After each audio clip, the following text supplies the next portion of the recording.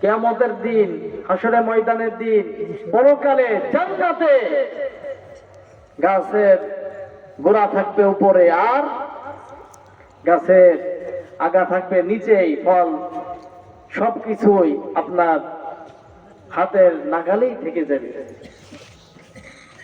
বলেন সুবহানাল্লাহ। আর যার আমল নামা বাম হাতে হবে সে তো ধ্বংস হয়ে যাবে। সে কি হয়ে যাবে? ধ্বংস হয়ে যাবে।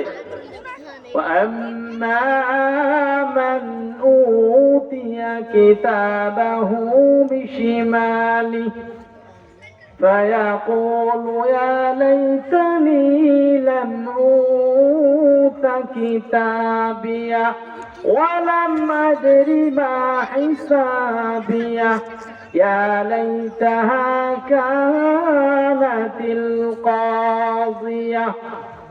যার আমল নামা বাম হাতে হবে সে আফসোস করতে থাকবে, যদি আমার আমল নামা না দেওয়া হতো, আমার হিসাব যদি না নেওয়া হতো, আমার মৃত্যুটাই যদি শেষ হয়ে যেত, পরকালে যদি আমার হিসাব না হতো, কই না ভালো হতো, এই আফসোস করতে থাকবে।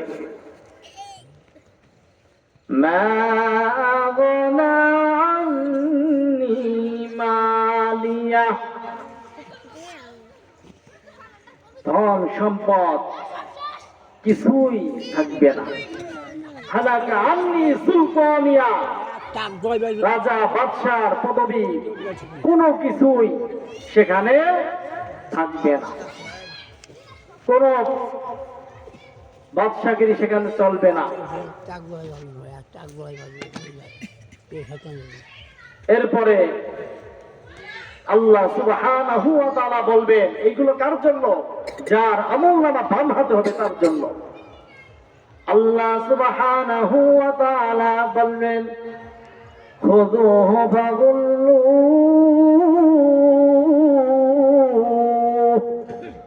সুম্মাল জাহিমা সাল্লুহু ثم في سلسلة ذرعها 70 ذراعا فاسلكوه। আল্লাহ তাআলা ফেরেশতাদেরকে বলবেন, যারা জাহান্নামী হবে তাদেরকে ধরো, পাকড়াও করো এবং তাদের গলায় রশি পরিয়ে দাও। সুম্মাল জাহিমা সাল্লু, এবং তাদেরকে জাহান্নামে নিক্ষেপ করো এবং শিকল দিয়ে তাদেরকে বেঁধে টেনে হিঁচড়ে জাহান্নামে নিক্ষেপ করা হবে। বলেন নাউজুবিল্লাহ। ও মুসলমান, আল্লাহর গোলাম, ভালো করে শুনে রাখো, জাহান্নামের আগুন দুনিয়ার আগুনের মতো নয়। জাহান্নামের আগুনের তেজ এত পাওয়ারফুল হবে, জাহান্নামের আগুন স্পর্শ করার পূর্বেই তার কলিজা ভুনা হয়ে গাল দিয়ে বের হয়ে যাবে। বলেন নাউজুবিল্লাহ। ও মুসলমান, আল্লাহর গোলাম, ভালো করে শুনে রাখো, কান খোল কর শুনল, মনোযোগ সহকারে শ্রবণ করতে হবে। জাহান্নামের আগুন এমন আগুন, এত পাওয়ারফুল আগুন, হাদিসের মধ্যে এসেছে, তাফসিরে ইবনে কাসিরের মধ্যে এসেছে, জাহান্নামের আগুন আল্লাহ সুবহানাহু ওয়া তাআলা 1000 বছর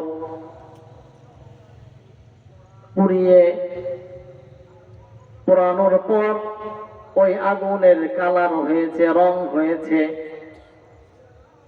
হলুদ। এরপর আবার 1000 বছর ওই আগুনটাকে জ্বালানো হয়েছে, এরপর আগুনের রং হয়েছে আগুনের বর্ণ হয়েছে সাদা। ও মুসলমান, ওই আগুনকে আল্লাহ সুবহানাহু ওয়া তাআলা আবার 1000 বছর জ্বালানো পরে ওই আগুনের রং হয়েছে কালো বর্ণের। জাহান্নামের আগুন হবে কালো। ওই জাহান্নামে আল্লাহ সুবহানাহু ওয়া তাআলা কাফের মুশরিকদেরকে নিক্ষেপ করবেন। বলেন ঠিক কি ঠিক না? কারণ জাহান্নাম তৈরি করেছেন কাফের মুশরিকদের জন্য, যারা আল্লাহ তাআলার প্রতি ঈমান আনবে না তাদের জন্য। আল্লাহ সুবহানাহু ওয়া তাআলা পরের আয়াতের মধ্যে বলতেছেন, ইন্নাহু কানা লা ইউমিনু বিল্লাহিল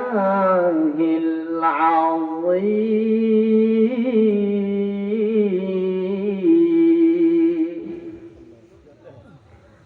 আল্লাহ সুবহানাহু ওয়া তাআলা পবিত্র কালামুল্লাহর মধ্যে বলেন, নিশ্চয় তারা মহান আল্লাহ সুবহানাহু ওয়া তাআলার উপর ঈমান আনেন নাই, এই জন্য তাদের শাস্তির ব্যবস্থা করবেন।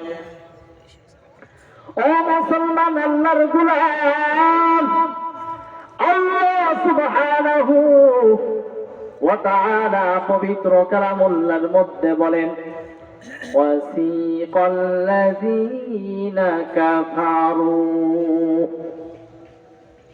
وسيق الذين كفروا إلى جهنم زمرا। কাল কিয়ামতের দিন, হাসরের ময়দানের দিন, জাহান্নামীদেরকে হাঁকিয়ে, যারা কাফের মুশরিক তাদেরকে হাঁকিয়ে জাহান্নামে নিক্ষেপ করা হবে। বলেন নাউযুবিল্লাহ। তাদেরকে হাঁকিয়ে জাহান্নামের দিকে নিয়ে যাওয়া হবে। তাফসীরে ইবনে কাসিরের মধ্যে এসেছে যে জাহান্নাম প্রথম দরজায় 4 লক্ষ ফেরেশতা আল্লাহ তাআলা নিযুক্ত করে রেখে দিয়েছে। তারা প্রত্যেকে জাহান্নামীদেরকে শাস্তি দেওয়ার জন্য সদা সর্বদা প্রস্তুত থাকবে এবং তাদের মধ্যে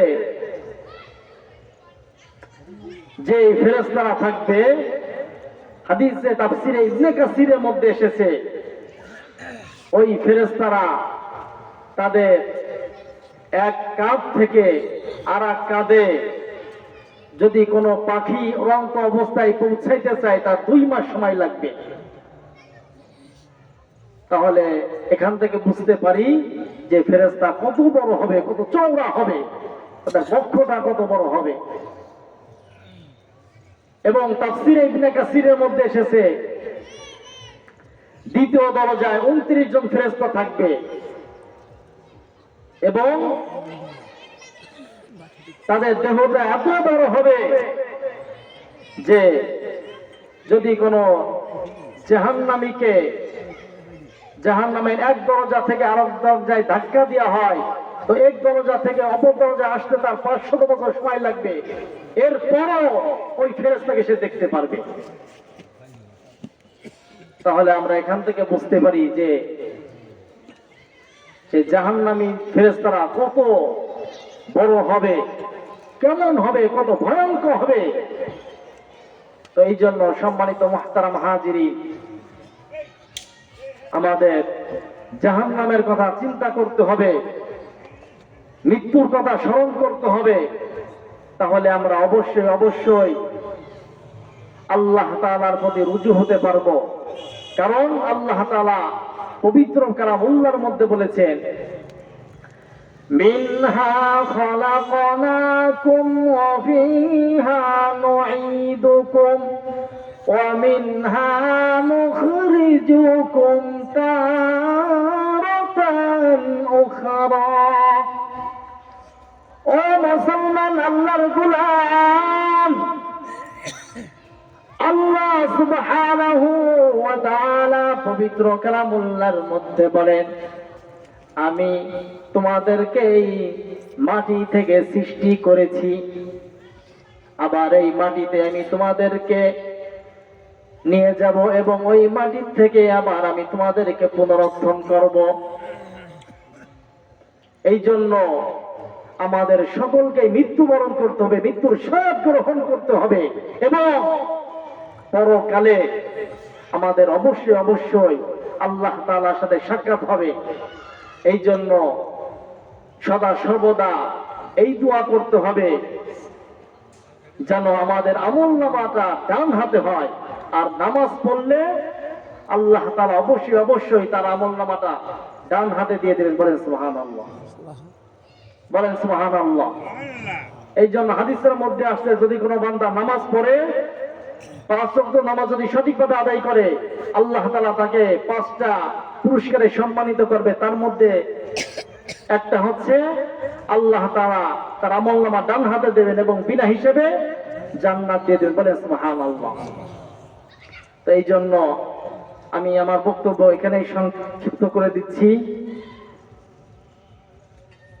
আল্লাহ সুবহানাহু ওয়া তাআলা আমাদেরকে পবিত্র কালামুল্লাহ থেকে যে তাফসীর শোনার তৌফিক আমাদেরকে দিলেন, এই তাফসীরের উপর আমরা যেন সঠিকভাবে জেনে বুঝে তাহকিক করে আল্লাহ তাআলা যেন আমাদের সকলকে আমল করা তৌফিক দান করেন। এই জন্য আমরা সকলে বলি আমিন।